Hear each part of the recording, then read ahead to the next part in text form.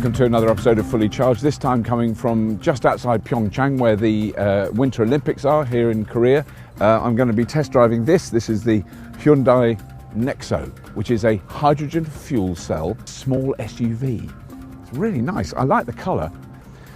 It's very spacious, and I'm going to get in the back first. So it is a really roomy car. Oh, it is really nice in the back. The trunk space, it's very impressive. I mean, it's got loads of room in the back. That is fantastic. That's a really big difference. So that is a hydrogen fuel cell stack underneath there, and all the electronics that go with it. The actual motor you can't see is right down the bottom. The motor's only like the size of a big melon. So the air comes in the front when you're driving along, mixes with the hydrogen, which is coming in from the back, produces electricity in here that powers the motor. There's also a battery pack to balance up the power. All that comes out of the back is incredibly clean air and water. Technology in this car is, I don't know how else to describe it other than bloody brilliant. It's such an easy car to drive. It has really nice adaptive cruise control, lane control. When you indicate, you get this image on the screen which is showing your blind spot. The range in this car is around 600 kilometers. It takes 5 minutes to fill the tank. 5 minutes. This vehicle has to use the air which it mixes with hydrogen in the fuel cell, which is in front of me, and it has to filter that air. That air has to be very clean when it goes into the fuel cell, and then what comes out is even cleaner.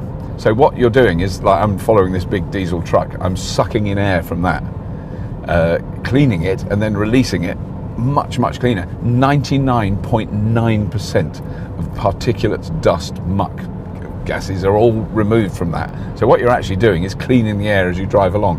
The exact opposite of a traditional fossil burning car. I mean, it is a brilliant bit of technology. So all that comes out the back is very clean air and water. How much water comes out of an average hydrogen fuel cell car? Multiplied it by 100,000, and it was the equivalent of a very light rain shower, summer rain shower. Where does that hydrogen come from? That's always been my argument. Well, the whole drive of this is that it's using renewables, excess renewables, of which there is a lot at various times of the year, because you can store it as hydrogen for as long as you want.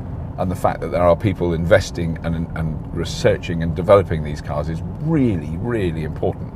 So I think that's the kind of the big picture. And the small picture is, I'm in a car that keeps going bing bing, and it's doing all sorts of things. I'm not really driving it. I mean, I could go faster than this.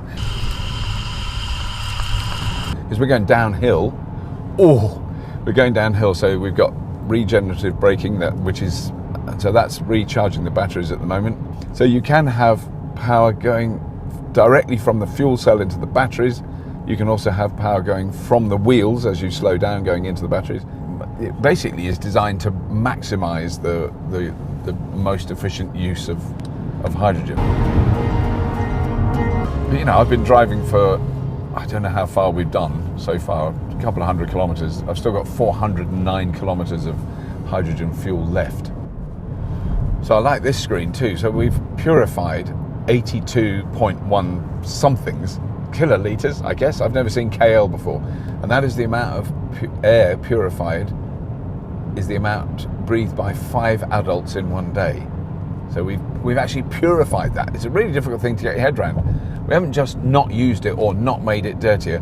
We've sucked it in, purified it, and sent it out the back. So the air behind this car is fractionally cleaner than it was before we passed. So I think the other things that I really like about this, the drive unit, the fuel cell, the tanks in this vehicle, if you just double them up, that's what they've put in the bus. So it's not like completely different components. It's exactly the same.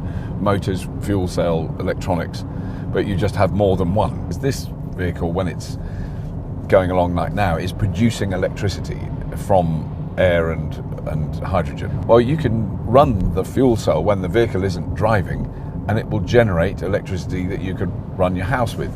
10 kilowatts. That's a lot of electricity. Then that's enough to run a big house, or, you know, a couple of houses. The possibilities of how that could be used in future are really very interesting. And I think we will increasingly see that cars are basically mobile energy storage system. Bye, see you.